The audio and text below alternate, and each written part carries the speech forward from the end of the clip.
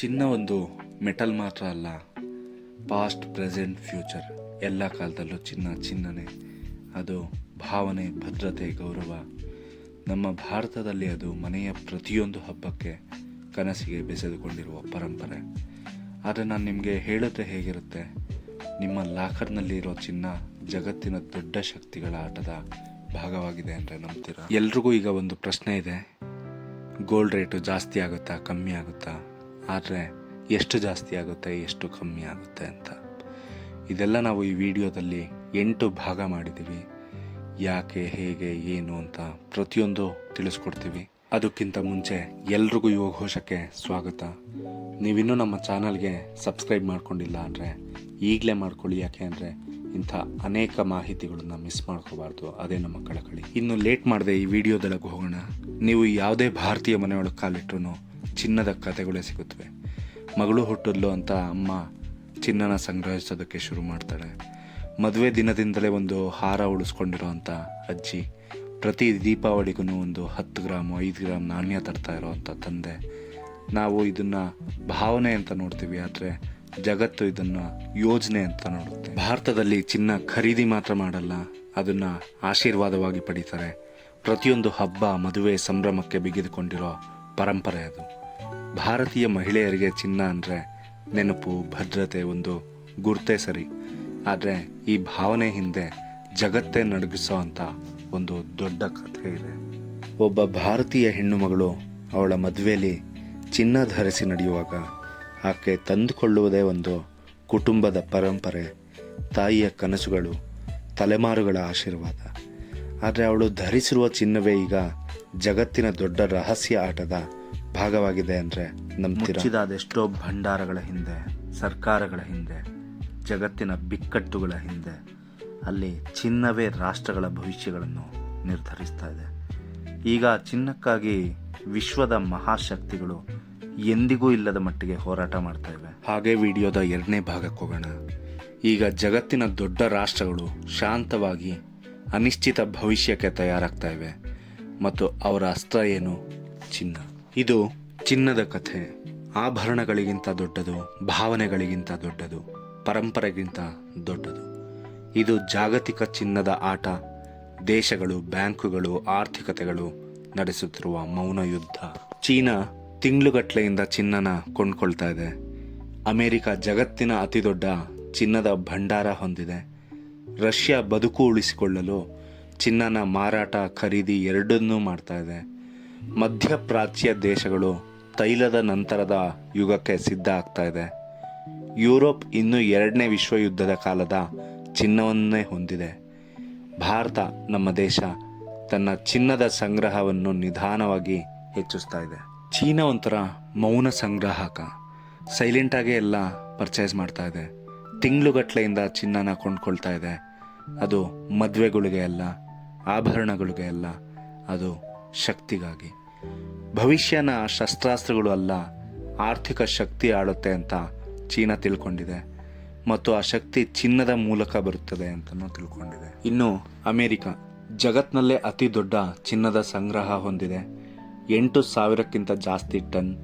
ಅಣ್ವಸ್ತ್ರಗಳ ರಹಸ್ಯಕ್ಕಿಂತಲೂ ಕಠಿಣವಾಗಿ ಕಾಪಾಡಲಾಗಿದೆ. ಕರೆನ್ಸಿಗಳು ಕುಸಿದಾಗ ಚಿನ್ನ ಅಚಲ. ಆದ್ದರಿಂದಲೇ ಜಗತ್ತಿನ ಶ್ರೀಮಂತ ದೇಶವೂ ಕೂಡ ತನ್ನ ಚಿನ್ನವನ್ನು ಮಾರಲು ಹೆದರುತ್ತೆ. ಇನ್ನೊಂದು ಕಡೆ ರಷ್ಯಾ ನಿರ್ಬಂಧಗಳಿಂದ ಪಾರಾಗಲು, ಬಿಕ್ಕಟ್ಟನ್ನು ಎದುರಿಸಲು, ಜಗತ್ತು ತ್ವರೆಗೊಂಡಾಗ ತನ್ನ ಆರ್ಥಿಕತೆಯನ್ನು ಉಳಿಸಲು ಚಿನ್ನನ ಮಾರ್ಕೊಳ್ತಾ ಇರುತ್ತೆ, ಕೊಂಡ್ಕೊಳ್ತಾ ಇರುತ್ತೆ. ಇನ್ನು UAE ಆಗಿರ್ಬೋದು, ಮಿಡಲ್ ಈಸ್ಟ್ ನೇಷನ್ಸ್ ಆಗಿರ್ಬೋದು, ಮಧ್ಯಪ್ರಾಚ್ಯ ದೇಶಗಳು ಇವೆ ಏನಿದೆ, ಇದಕ್ಕೆಲ್ಲ ಗೊತ್ತು ತೈಲ ಯಾವಾಗಲೂ ಇರೋದಿಲ್ಲ.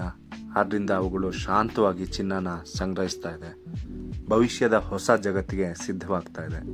ಅಲ್ಲಿ ಶಕ್ತಿ, ಕರೆನ್ಸಿ, ಪ್ರಭಾವ ಎಲ್ಲವೂ ಬದಲಾಗ್ತಾ ಇದೆ. ಯುರೋಪ್ ಇಂದಿಗೂ ವಿಶ್ವಯುದ್ಧದ ಕಾಲದ ಚಿನ್ನವನ್ನು ಹಿಡಿದುಕೊಂಡಿದೆ. ಒಂದು ಕಠೋರ ಪಾಠದಿಂದ ಅವರು ಏನು ಕಲಿತರು ಅಂದರೆ, ಕರೆನ್ಸಿಗಳು ಸೋಲುತ್ತವೆ, ಸಾಮ್ರಾಜ್ಯಗಳು ಕುಸಿಯುತ್ತವೆ, ಆದರೆ ಚಿನ್ನ ಮಾತ್ರ ಹಾಗೆ ಉಳ್ಕೊಳ್ಳುತ್ತೆ. ಪೋಲ್ಯಾಂಡ್ ಕೂಡ ಜಗತ್ತಿನಲ್ಲೇ ಅತಿ ದೊಡ್ಡ ಚಿನ್ನದ ಖರೀದಿದಾರದಲ್ಲಿ ಒಂದಾಗಿದೆ. ಅವರ ನಂಬಿಕೆ ಹೀಗಿದೆ, ರಕ್ಷಣೆಯನ್ನು ಒಕ್ಕೂಟಗಳು ಕೊಡಲ್ಲ, ನೀವು ಹಿಡಿದುಕೊಂಡಿರುವ ಚಿನ್ನ ಕೊಡುತ್ತೆ ಅಂತ.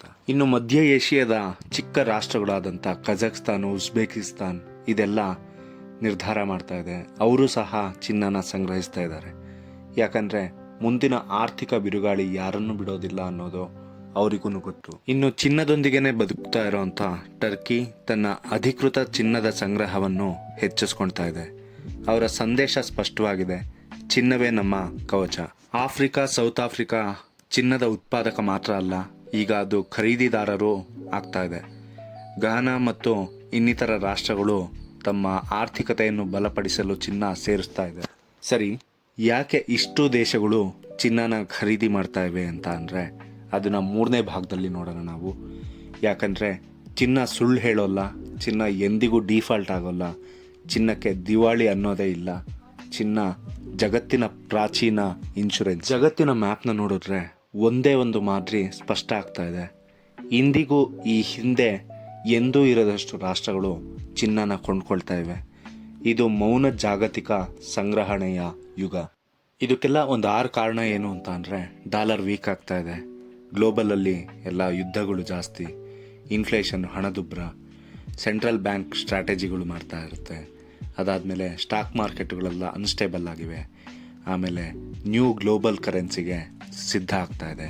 ಇದೆಲ್ಲ ಕಾರಣ. ಯಾವ್ಯಾವ ದೇಶದಲ್ಲಿ ಎಷ್ಟೆಷ್ಟು ಗೋಲ್ಡ್ ಇದೆ ಅಂತ ಅಂದ್ಬಿಟ್ಟು ನಾವು ಈ ಭಾಗ 4ರಲ್ಲಿ ನೋಡ್ತೀವಿ. ಮೊದಲನೇದಾಗಿ ಯುನೈಟೆಡ್ ಸ್ಟೇಟ್ಸ್ ಆಫ್ ಅಮೇರಿಕಾದಲ್ಲಿ ರಿಸರ್ವ್ ಆಗಿನೇ 8133 ಟನ್ ಗೋಲ್ಡ್ ಇದೆ. ಅದು ಬಿಟ್ಟು ಸುಮಾರು 8,000 to 10,000 ಟನ್ನಷ್ಟು ಜನರ ಹತ್ರ ಇದೆ. ಜ್ಯುವೆಲರಿ ಆಗಿರ್ಬೋದು, ಇಲ್ಲ ಅಂತ ಅಂದರೆ ಪ್ರೈವೇಟ್ ಇನ್ವೆಸ್ಟರ್ ಹೋಲ್ಡಿಂಗ್ ಆಗಿರ್ಬೋದು, ಇದೆಲ್ಲ ಈ ಥರಲ್ಲಿ ಬರುತ್ತೆ. ನೆಕ್ಸ್ಟು ಜರ್ಮನಿಲಿ 3,350 ಟನ್ ರಿಸರ್ವ್ ಇದೆ. ಅದು ಬಿಟ್ಟು 2,500 to 3,500 ಅಷ್ಟು ಈ ಥರ. ಇಟಲಿಲಿ 2,452 ಟನ್ನು, ಈ ಥರ ಬಂದು 4,000 to 6,000 ಟನ್ನು. ಫ್ರಾನ್ಸಲ್ಲಿ 2,437 ಟನ್, ಈ ಥರ 4,500 ಟನ್. ರಷ್ಯನ್ 2,332 ಟನ್, ಈ ಥರ ಬಂದು 3,000 ಟನ್. ಚೈನಾ ಬಂದು 2,298 ಟನ್, ಹಾಗೆ ಈ ಥರ ಬಂದು ಬರೋಬ್ಬರಿ 31,000 ಟನ್. ಹಾಗೆ ಇಂಡಿಯಾ ಬಂದರೆ 876 ಟನ್ ರಿಸರ್ವ್ ಇದೆ RBI ಹತ್ರ. ಅದಾದಮೇಲೆ ಸುಮಾರು 24,000 to 25,000 ಟನ್ನಷ್ಟು ಮನೆಗಳಾಗಿರ್ಬೋದು ಅಥವಾ ದೇವಸ್ಥಾನಗಳಾಗಿರ್ಬೋದು, ಇದೆಲ್ಲ ಸೇರಿ ಈ ಸುಮಾರು 25,000 ಟನ್ನಷ್ಟು ಗೋಲ್ಡ್ ಇದೆ. ಸ್ವಿಟ್ಜರ್ಲೆಂಡಲ್ಲಿ 1,040 ಟನ್ ರಿಸರ್ವ್ ಆಗಿದ್ದರೆ ಸುಮಾರು 1,200 ಟನ್ನಷ್ಟು ಜನಗಳ ಹತ್ರ ಇದೆ. ಹಾಗೆಯೇ ಜಪಾನಲ್ಲಿ 765 ಟನ್ ಅಫಿಷಿಯಲ್ ಆಗಿ ರಿಸರ್ವಲ್ಲಿದ್ದರೆ ಇನ್ನು 2,500 ಟನ್ನಷ್ಟು ಪ್ರೈವೇಟ್ ಜ್ಯುವೆಲರಿ ಇನ್ವೆಸ್ಟ್ಮೆಂಟ್ ಈ ಥರ ಇದೆ. ನೆದರ್ಲ್ಯಾಂಡಲ್ಲಿ 612 ಟನ್, UK 450 ಟನ್, ಅದಾದಮೇಲೆ ಸ್ಪೈನ್ 360, ಸೌದಿ ಅರೇಬಿಯಾ 300 to 600, ಅದಾದಮೇಲೆ ಟರ್ಕಿಯಲ್ಲಿ 500 to 700 ಟನ್ ಇಷ್ಟಾಗಿದೆ. ಆದರೂ ಕೆಲವೊಂದು ರಾಷ್ಟ್ರಗಳು ಚಿನ್ನನ ಮಾರ್ತಾ ಇದೆ. ರಷ್ಯಾ, ಜಪಾನ್, ಮೆಕ್ಸಿಕೋ, ಇನ್ನೂ ಹಲವಾರು ದೇಶಗಳು, ಅದರಲ್ಲಿ ಫಿಲಿಪೈನ್ಸ್ ಬರುತ್ತೆ, ಕಜಾಕ್ಸ್ತಾನ್ ಬರುತ್ತೆ, ಸಿಂಗಪೂರ್ ಬರುತ್ತೆ, ಥೈಲ್ಯಾಂಡ್ ಬರುತ್ತೆ, ಇದೆಲ್ಲದನ್ನು ಮಾರಾಟ ಮಾಡ್ತಾ ಇದೆ. ಆದರೆ ಇದು ಮಾಡಬೇಕು ಅಂತ ಅವ್ರ ಉದ್ದೇಶ ಅಲ್ಲ, ಅದರ ಹಿಂದೆ ಒಂದು ದೊಡ್ಡ ಬಿಕ್ಕಟ್ಟುಗಳ ಸಂಕೇತನೇ ಇದೆ. ನಿರ್ಬಂಧಗಳು, ಆರ್ಥಿಕ ಒತ್ತಡದಿಂದ ಪಾರಾಗಲು ರಷ್ಯಾ ಚಿನ್ನನ ಮಾರಾಟ ಮಾಡ್ತಾ ಇದೆ. ಒಂದು ಮಹಾಶಕ್ತಿ ಚಿನ್ನ ಮಾರಲು ಆರಂಭಿಸಿದರೆ ಜಗತ್ತೇ ಕಣ್ತೆರೆದು ನೋಡುತ್ತಂತೆ. ಹೀಗೇನೆ ಫ್ರಾನ್ಸ್, ನೆದರ್ಲ್ಯಾಂಡ್ ಮುಂತಾದ ರಾಷ್ಟ್ರಗಳು ದಶಕಗಳ ಹಿಂದೆ ಚಿನ್ನ ಮಾರ್ಕೊಂಡಿದ್ವು.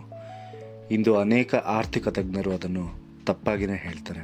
ಜಗತ್ತಿನಾದ್ಯಂತ ಹಣದುಬ್ಬರ ಮೌನವಾಗಿ ಸಂಪತ್ತನ್ನು ತಿಂತಾ ಇದೆ, ಆದರೆ ಚಿನ್ನ ಅದನ್ನು ರಕ್ಷಿಸ್ತಾ ಇದೆ. ಯುದ್ಧದಲ್ಲಿ ಕರೆನ್ಸಿಗಳು ಕುಸಿದ್ರೂ ಚಿನ್ನ ಜೀವದ ಮಾರ್ಗವಾಗುತ್ತೆ. ಅದಕ್ಕೆ ರಾಷ್ಟ್ರಗಳು ಮೌನವಾಗಿ ಸಿದ್ಧ ಆಗ್ತಾ ಇದೆ. ಸಾಲಗಳು ಮಿತಿ ಮೀರುವಾಗ ಉಳಿಯುವ ಏಕೈಕ ನಿಜವಾದ ಆಸ್ತಿ ಚಿನ್ನನೇ. ಸುಮಾರು 140 to 150 ಕೋಟಿ ಜನರ ರಾಷ್ಟ್ರವಾದ ನಮ್ಮ ಭಾರತ ಶಾಂತವಾಗಿ ತನ್ನ ಚಿನ್ನ ಸಂಗ್ರಹವನ್ನು ಹೆಚ್ಚಿಸ್ಕೊತಾ ಇದೆ. ಇದೊಂಥರ ಜಾಣ ನಿರ್ಧಾರ. ಎಲ್ಲರ ಹತ್ರ ಸೇರಿ 25,000 ಟನ್.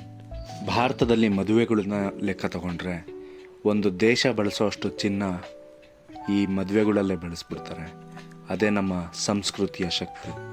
ಸಣ್ಣ ಗ್ರಾಮಗಳಿಂದ ದೊಡ್ಡ ನಗರಗಳವರೆಗೆ ಭಾರತೀಯ ಮಹಿಳೆಯರು ಪರಂಪರೆಯ ಹೊಳೆಯನ್ನು ಹೊತ್ತಿರುತ್ತಾರೆ. ಚಿನ್ನ ತಲೆಮಾರುಗಳನ್ನು ಜೋಡಿಸುತ್ತೆ. ಪ್ರತಿ ಭಾರತೀಯ ತಾಯಿ ತನ್ನ ಆಭರಣದ ಪೆಟ್ಟಿಗೆಯನ್ನು ಹೃದಯದಂತೆ ಕಾಪಾಡುತ್ತಾಳೆ. ಏಕೆಂದರೆ ಅದರೊಳಗೆ ಅವಳ ನಂಬಿಕೆ, ಅವಳ ರಕ್ಷಣೆ. ಭಾರತದಲ್ಲಿ ಚಿನ್ನ ಸಂಪತ್ತು ಮಾತ್ರ ಅಲ್ಲ, ಅದು ತಲೆಮಾರುಗಳಿಂದ ತಲೆಮಾರುಗಳಿಗೆ ತಿರುಗುವ ಆಶೀರ್ವಾದ. ನಾವು ಈಗ 6ನೇ ಭಾಗದಲ್ಲಿ ಗೋಲ್ಡು ಕಾಸ್ಟ್ಲಿ ಆಗುತ್ತಾ ಅಂತ ನೋಡೋಣ. ಬೆಂಗಳೂರಲ್ಲಿ ಇವತ್ತಿಗೆ ಸುಮಾರು 12,700 ರೂಪಾಯಿಂದ 13,100 ರೂಪಾಯಿವರೆಗೂ ಇದೆ. ಆದರೆ ಜಾಗತಿಕ ಅಂದಾಜುಗಳ ಪ್ರಕಾರ 2026ರಿಂದ 2030ರಲ್ಲಿ ಭಾರತದ ಚಿನ್ನದ ದರ 15,000ದಿಂದ 20,000ವರೆಗೆ ಏರಬಹುದು. ನೀವು ನೋಡ್ತಾ ಇದ್ದೀರಾ USD INR ಇದು ಸ್ಟೇಬಲ್ ಆಗಿದ್ದರೆ, ಡಿಪ್ರಿಸಿಯೇಟ್ ಆದರೆ, ಇಲ್ಲಾಂದರೆ ತುಂಬ ಡಿಪ್ರಿಸಿಯೇಟ್ ಆದರೆ ಹೇಗೆ ಅಂತ ಅಂದ್ಬಿಟ್ಟು US ನ್ಯಾಷನಲ್ ಡೆಟ್ಟು ಏರ್ತಾನೆ ಇದೆ. ದೊಡ್ಡ ದೊಡ್ಡ ಗ್ಲೋಬಲ್ ಬ್ಯಾಂಕುಗಳು ಹೇಳುತ್ತವೆ ಚಿನ್ನನೇ ಭವಿಷ್ಯದ ರಕ್ಷಕ ಅಂತ ಹೇಳುತ್ತವೆ. ಡಿಜಿಟಲ್ ಕರೆನ್ಸಿಗಳು ಕುಸಿಯಬಹುದು, ಆದರೆ ಮಾನವನ ಇತಿಹಾಸದಲ್ಲೇ ಚಿನ್ನ ಎಂದಿಗೂ ಶೂನ್ಯ ಆಗಿಲ್ಲ. ಬ್ರಿಕ್ಸ್ ರಾಷ್ಟ್ರಗಳು ಹೊಸ ಹಣಕಾಸು ವ್ಯವಸ್ಥೆಗಳಿಗೆ ತಯಾರಾಗ್ತಾ ಇದೆ. ಅಲ್ಲಿ ಚಿನ್ನ ದೊಡ್ಡ ಪಾತ್ರ ವಹಿಸುತ್ತೆ. ಮುಂದಿನ ದಶಕದಲ್ಲಿ ರೂಪಾಯಿ ಹೆಚ್ಚು ದುರ್ಬಲವಾಗಬಹುದು. ಆಗ ಭಾರತದಲ್ಲಿ ಚಿನ್ನ ಇನ್ನೂ ಅಮೂಲ್ಯವಾಗುತ್ತೆ. ಮುಚ್ಚಿದ ಬಾಗಿಲಿನ ಹಿಂದೆ ಜಗತ್ತಿನ ನಾಯಕರೇ ಚಿನ್ನ ಮುಂದಿನ ದಶಕದಲ್ಲಿ ಯಾವ ರೀತಿ ಶಕ್ತಿಯನ್ನು ತೀರ್ಮಾನಿಸುತ್ತದೆ ಎನ್ನುವುದನ್ನು ಆಲೋಚಿಸುತ್ತಿದ್ದಾರೆ. ಇನ್ನು ಮುಂದಿನ ಭಾಗದಲ್ಲಿ ಭಾರತದ ಪ್ರತಿ ಮನೆ ಏನು ಮಾಡಬೇಕು ಅಂತ ಅಂದ್ಬಿಟ್ಟು ಹೇಳ್ತಾ ಇರೋದು. ಈ ವಿಡಿಯೋದಲ್ಲಿ ನಾನು ನಿಮಗೆ ಚಿನ್ನವನ್ನು ತಗೊಳ್ಳಿ ಅಥವಾ ಮಾರ್ಕೊಂಡು ಬಿಡಿ ಅಂತ ಹೇಳ್ತಾ ಇಲ್ಲ. ಚಿನ್ನವನ್ನು ಅರ್ಥ ಮಾಡ್ಕೊಳ್ಳಿ, ಗೌರವಿಸಿ. ಕೇವಲ ಆಭರಣ ಅಂತ ಮಾತ್ರ ನೋಡಬೇಡಿ, ರಕ್ಷಣೆ ಅಂತ ನೋಡಿ. ಕೆಲವೊಂದು ಪ್ರಾಕ್ಟಿಕಲ್ ಟಿಪ್ಸ್ ಏನೇನು ಅಂದರೆ, ಜಾಸ್ತಿ ಬೈ ಮಾಡಬೇಡಿ. ಹಾಗಂತ ನಿಮ್ಮ ಹತ್ರ ದುಡ್ಡಿದೆ ಅಂತ ಅಂದರೆ ಇಗ್ನೋರ್ ಕೂಡ ಮಾಡಬೇಡಿ. ರುಪಿ ವ್ಯಾಲ್ಯೂನ ಟ್ರ್ಯಾಕ್ ಮಾಡ್ತಾ ಇರಿ. 24 ಕ್ಯಾರೆಟು 22 ಕ್ಯಾರೆಟ್ ಎಲ್ಲ ಪ್ಯೂರಿಟಿ ಎಲ್ಲ ಚೆಕ್ ಮಾಡಿ. ಅದಾದಮೇಲೆ ಗೋಲ್ಡು, ಸೇವಿಂಗ್ಸು, ಲಿಕ್ವಿಡಿಟಿ ಇದ್ರ ಮೇಲೆಲ್ಲ ಡೈವರ್ಸಿಫೈ ಆಗಿರಲಿ. ರೆಸಿಪ್ಟ್ಸು, BIS ಹಾಲ್ಮಾರ್ಕು ಇದೆಲ್ಲ ನೋಡಿ. ಅದಾದಮೇಲೆ ಎಲ್ಲರೂ ತೊಗೋತಾ ಇದ್ದಾರೆ, ನಾನು ತೊಗೋಬೇಕು ಅನ್ನೋದನ್ನು ಮೊದಲು ಬಿಟ್ಬಿಡಿ. ಭಾರತದಲ್ಲಿ ಚಿನ್ನ ಸಂಪತ್ತು ಮಾತ್ರ ಅಲ್ಲ, ಅದು ತಲೆಮಾರುಗಳಿಂದ ತಲೆಮಾರುಗಳಿಗೆ ತಿರುಗುವ ಆಶೀರ್ವಾದ. ಮಗಳು ಅವ್ರ ಮಗಳಿಗೆ ಕೊಡ್ತಾಳೆ, ಅವ್ರ ಮಗಳು ಅವ್ರ ಮಗಳಿಗೆ ಕೊಡ್ತಾಳೆ. ಹಾಗಂದರೆ ಅಜ್ಜಿ ಮೊಮ್ಮಗಳಿಗೆ ಕೊಟ್ಟಿದ್ದ ನೆನಪು. ಅದಾದಮೇಲೆ ಭಾರತ ದೇವಾಲಯಗಳಲ್ಲಿ ಶತಮಾನಗಳಿಂದ ಬದಲಾಗದ ಚಿನ್ನದ ಪರ್ವತಗಳೇ ಉಳಿದಿವೆ. ಆಮೇಲೆ ನಮ್ಮಲ್ಲಿರೋ ಕೌಶಲ್ಯ, ಅದೆಲ್ಲ ಭಾರತೀಯ ಕೌಶಲ್ಯಕ್ಕೆ ಸಾಟಿನೇ ಇಲ್ಲ. ನಮ್ಮ ವಿನ್ಯಾಸ, ನಮ್ಮ ಶುದ್ಧತೆ, ನಮ್ಮ ಪರಂಪರೆ ಚಿನ್ನವನ್ನು ಅಮೂಲ್ಯವಾಗಿಸುತ್ತೆ. 25,000 ಟನ್ ನಮ್ಮ ಭಾರತದ ಮನೆಗಳಲ್ಲಿ ಇದೆ, ದೇವಸ್ಥಾನಗಳಲ್ಲಿ ಇದೆ. ಇದೆಲ್ಲ RBI ನೋಡಿದ್ರೆ RBIಯಲ್ಲಿ 800 ಚಿಲ್ಲರೆ ಟನ್ ಗೋಲ್ಡ್ ಇದೆ ಒಟ್ಟು. ಅದು ರಿಸರ್ವ್ ಆಗಿದೆ. ಪ್ರತಿ ವರ್ಷವೂ ಅದು ಗೋಲ್ಡ್ ಆಡಿಟ್ ಆಗುತ್ತೆ. RBI ಕೂಡ ತನ್ನ ಚಿನ್ನದ ಸಂಗ್ರಹವನ್ನು ಹೆಚ್ಚಿಸ್ಕೊತಾ ಇದೆ. ವೇಗವಾಗಿ ಬದಲಾಗುತ್ತಿರುವ ಜಗತ್ತಿಗೆ ಸಿದ್ಧವಾಗ್ತಾ ಇದೆ. ಚಿನ್ನ ಅಂದರೆ ತಕ್ಷಣ ಶ್ರೀಮಂತ ಮಾಡೋ ಆಸ್ತಿ ಅಲ್ಲ, ಅದು ರಕ್ಷಣೆಯ ಆಸ್ತಿ. ಉಳಿದವುಗಳು ಕುಸಿದಾಗ ಚಿನ್ನ ನಿಂತ್ಕೊಳ್ಳುತ್ತೆ. ಈ ವಿಡಿಯೋದ ಫೈನಲ್ ಚಾಪ್ಟರ್ಗೆ ಬರ್ತಾ ಇದ್ದೀವಿ.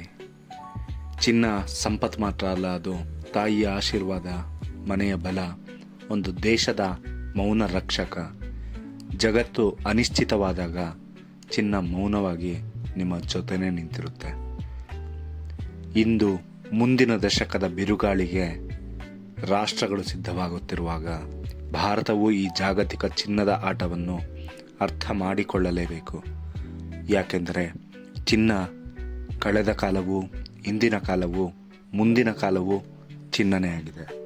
ಭಾರತೀಯ ಮನೆಗಳಿಗೆ ಚಿನ್ನದ ಬೆಲೆ ಏರಿಕೆ ಭಯವಲ್ಲ, ಅದು ಸಿದ್ಧತೆ. ಜಾಗತಿಕ ಬದಲಾವಣೆಗಳನ್ನು ಅರ್ಥ ಮಾಡಿಕೊಂಡಾಗ ಕುಟುಂಬಗಳು ಉತ್ತಮವಾಗಿ ಯೋಜಿಸುತ್ತವೆ. ನೀವು ಉಳಿಸುವ ಪ್ರತಿಯೊಂದು ಚಿನ್ನದ ಗ್ರಾಮ್ ನಿಮ್ಮ ಭವಿಷ್ಯದ ಮೌನ ರಕ್ಷಕ. ಭಾರತದಲ್ಲಿ ಚಿನ್ನ ಒಂದು ಲೋಹವಲ್ಲ, ಅದು ಪರಂಪರೆ, ಅದು ಶುದ್ಧತೆಯೊಳಗೆ ಹೊಂದಿಸಿರುವ ಪ್ರೀತಿ. ಭಾರತದ ಭವಿಷ್ಯ ಡಿಜಿಟಲ್ ಆಗಬಹುದು, ಆದರೆ ನಮ್ಮ ಬೇರು ಚಿನ್ನದಂತೆಯೇ ಉಳಿಯುತ್ತದೆ. ಜಗತ್ತು ಬದಲಾಗಬಹುದು, ಆದರೆ ಭಾರತದಲ್ಲಿ ಚಿನ್ನದ ಅರ್ಥ ಎಂದಿಗೂ ಕಡಿಮೆ ಆಗೋದಿಲ್ಲ. ಚಿನ್ನ ಯಾರ ಪರನೂ ಇಲ್ಲ, ಅದು ಮೌನವಾಗಿ ನಿಂತಿರುತ್ತದೆ, ಕಾಯುತ್ತಿರುತ್ತೆ, ಜಗತ್ತು ಕುಸಿದಾಗಲೂ ಜನರು ಅದರಲ್ಲೇ ಆಶ್ರಯ ಪಡೆಯುತ್ತಾರೆ. ಭಾರತ ಚಿನ್ನವನ್ನು ಸದಾ ಅರ್ಥ ಮಾಡಿಕೊಂಡಿದೆ. ಸಂಪತ್ತಾಗಿ ಮಾತ್ರವಲ್ಲ, ಆತ್ಮವಾದರೂ. ಮುಂದಿನ ಜಾಗತಿಕ ದಶಕ ಆರಂಭವಾಗುತ್ತಿದ್ದಂತೆ ಒಂದೇ ಒಂದು ವಿಷಯ ಮಾತ್ರ ನಿಶ್ಚಿತ, ಅದು ಚಿನ್ನ. ಅದನ್ನು ಗೌರವಿಸುವವರನ್ನು ಅದು ರಕ್ಷಿಸುತ್ತದೆ. ಇದಾಗಿತ್ತು ಗೋಲ್ಡ್ ಬಗ್ಗೆ, ಗೋಲ್ಡ್ ಪ್ರೈಸ್ ಬಗ್ಗೆ ಎಲ್ಲ ಡೀಟೇಲ್ ಆಗಿ ತಿಳ್ಕೊಂಡ್ವಿ. ಮತ್ತೆ ಮುಂದಿನ ವಿಡಿಯೋದಲ್ಲಿ ಸಿಗೋಣ. ಎಲ್ರಿಗೂ ಜೈ ಹಿಂದ್, ಜೈ ಕರ್ನಾಟಕ.